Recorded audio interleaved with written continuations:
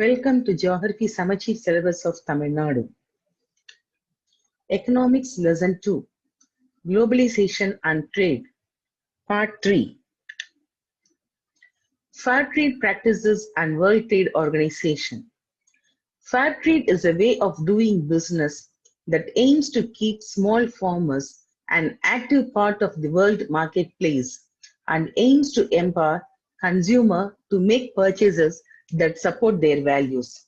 Fair trade, defined simply, is when producers in developing countries are paid a fair price for their work by companies in developed countries. It is when the price we pay for products gives enough to producers for them to afford life's essentials like food, education, and healthcare. And the fair trade practices aims at raising and stabilizing the incomes of small-scale farmers, farm workers, and artisans, more equitably distributing the economic gains, opportunities, and risk associated with the production and sale of these goods, increasing the organizational and commercial capacities of producer groups, promoting labor rights and right workers to organize, promoting safe and sustainable farming methods and working conditions.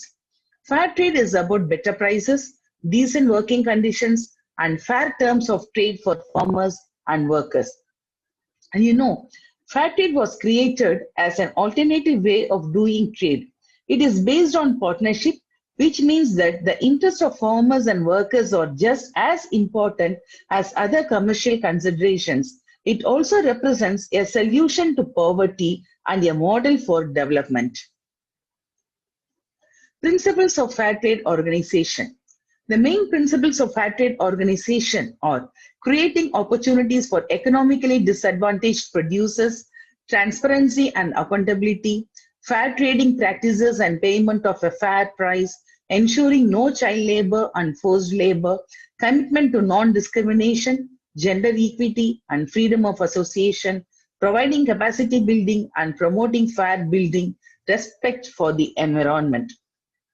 In other ways, we can say that trading practices should be fair and they should not be one-sided.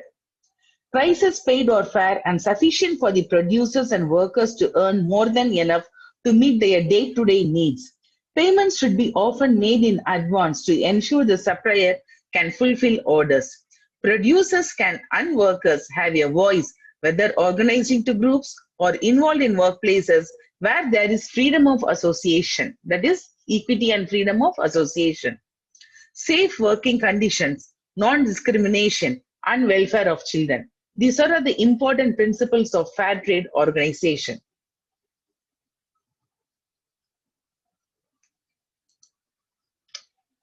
GATT, General Agreement on Trade and Tariffs. GATT was signed by 23 countries in 1947. India was one of the founder members of GATT. The Director General of GATT, Arthur Dunkel, came up with a draft. Final act, known as Dunkel Draft, was approved and signed. GATT's primary purpose was to increase international trade by reducing various tariffs, quotas, and subsidies while maintaining meaningful regulations. The General Agreement on Tariffs and Trade was created after World War II to aid global economic recovery through reconstructing and liberalizing global trade. GATT's main objective was to reduce barriers on international trade through the reduction of tariffs, quota, and subsidies. One of the main reasons behind the collapse of GATT was that the organization was in favor of the industrial countries and lost confidence among the developing countries. It was formed in the year 1947 and it was a legal agreement between many countries, and the main objectives: reduction of barriers to international trade and achieved through reduction of tariff barriers and quantitative restrictions. And the tariff barriers include taxes and custom duty, whereas non-tariff barriers include licenses and quotas. And totally there were 8 rounds of GATT were held. The first one was held in Geneva in the year 1947. Then the second one in Annecy in France in 1949. Third in Torquay in UK 1950-51. Fourth, fifth, and sixth rounds were held in Geneva in the year 1956, 60-61, and 64-67. The seventh one in Tokyo, 1973-79. The eighth one is the very famous one and the final round at Punta del Este in Uruguay in the year 1986 to 1994, known as Uruguay Round. There were total 8 rounds of negotiations between the participating countries. The first 6 rounds were related to curtailing tariff rates, whereas the 7th round included the non-tariff obstacles. And tariff rates included taxes and custom duty, whereas the non-tariff barriers included licenses and quotas. And the 8th round was known as Uruguay Round. World Trade Organization, WTO.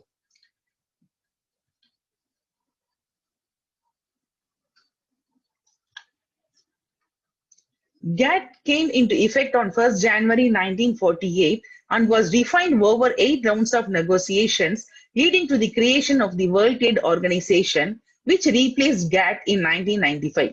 GATT was focused on trade in goods and aimed to liberalize trade by reducing tariffs and removing quotas and among member countries. GATT refers to an international multilateral treaty to promote international trade and remove cross-country trade barriers.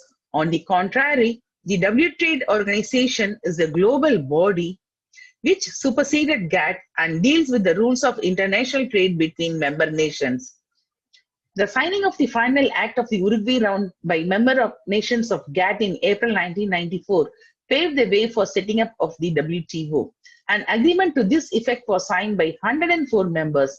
The WTO agreement came into force from 1st January 1995, and the location of WTO is in Geneva, Switzerland, established 1st January 1995, and it was created after the Uruguay round of negotiation, and its members, Director General, 4 Deputy Director Generals, other 600 official staff from around 80 member countries. The main purpose, regulation of international trade. Official languages, English, French, and Spanish. Objectives of WTO. To set and enforce rules for international trade. To provide a forum or a platform for negotiating and monitoring further trade liberalization. To resolve any trade disputes between the member countries. Introduction at sustainable development and environment can go together. To ensure that developing countries secure a better share of growth in world trade. So the WTO not only aims at the development of developed countries, but they are more concerned about the growth of developing countries and also sustainable development, and they care about the environment also. To ensure that developing countries secure a better share of growth in world trade, to resolve trade disputes, to increase the transparency of decision-making processes, introduction sustainable development, the development and environment can go together to ensure full employment and broad increase in effective demand. The WTO covers services and trade-related aspects of intellectual property rights, which is called as TRIPS. The WTO covers services and intellectual property as well. The WTO dispute settlement system is faster, more automatic than the old GATT system. Its rulings cannot be blocked. GATT, the agreement does still exist, but it is no longer the main set of rules for international trade. Intellectual property rights may be defined as information with a commercial value. Under this TRIPS, patents shall be available for any invention, whether product or process, in all fields of industrial technologies. TRIPS agreement covers 7 areas of intellectual property rights. That is, first, you have to create the intellectual property, you have to apply for the patent. Once you get the patent, you have to protect it, and with the patent, you have to carry out the business successfully. Impact and challenges of globalization. Let us see the positive impacts of globalization. A better economy introduces fast development of capital market. Definitely the standard of living will be increased because it gives more employment opportunities. Globalization rapidly increases better trade so that more people are employed. Introduction of new technologies and new scientific research patterns because of the exchange of ideas, exchange of people, and exchange of capital. Globalization, increasing the GDP of a country. Definitely, the national income of a country will get increased. It helps to increase in free flow of goods and also to increase foreign direct investment. Negative impact. Too much flow of capital among the countries introduces unfair, unethical, and immoral distribution of income. Another fear is losing national integrity. Because of too much exchange of trade, independent domestic policies are lost. Rapid, otherwise we can say that they are neglected. Rapid growth of the economy has required a major infrastructure and resource extraction. This increases negative ecological and social cost. It increases in exploitation of natural resources to earn foreign exchange. Challenges of globalization. The benefits of globalization extend to all countries that will not happen automatically. The fear that globalization leads to the instability in the developing world. The industrial world that increased global competition will lead in the race to bottom in wages, labor right, and employment practice. Because of the globalization, plenty of cheap labor are available in the market, and definitely it rises or it gives way to the bottom in wages, and the labors are getting exploited. It leads to global imbalance. Globalization has led to an increase in activities such as child labor and slavery. People started consuming more junk food. They work in odd hours and the routine is changed. This caused the degradation of health and spread of diseases. Globalization has led to environmental degradation. Give your feedback in the comment section. Share it with your friends. Don't forget to subscribe my channel. Thanks for watching.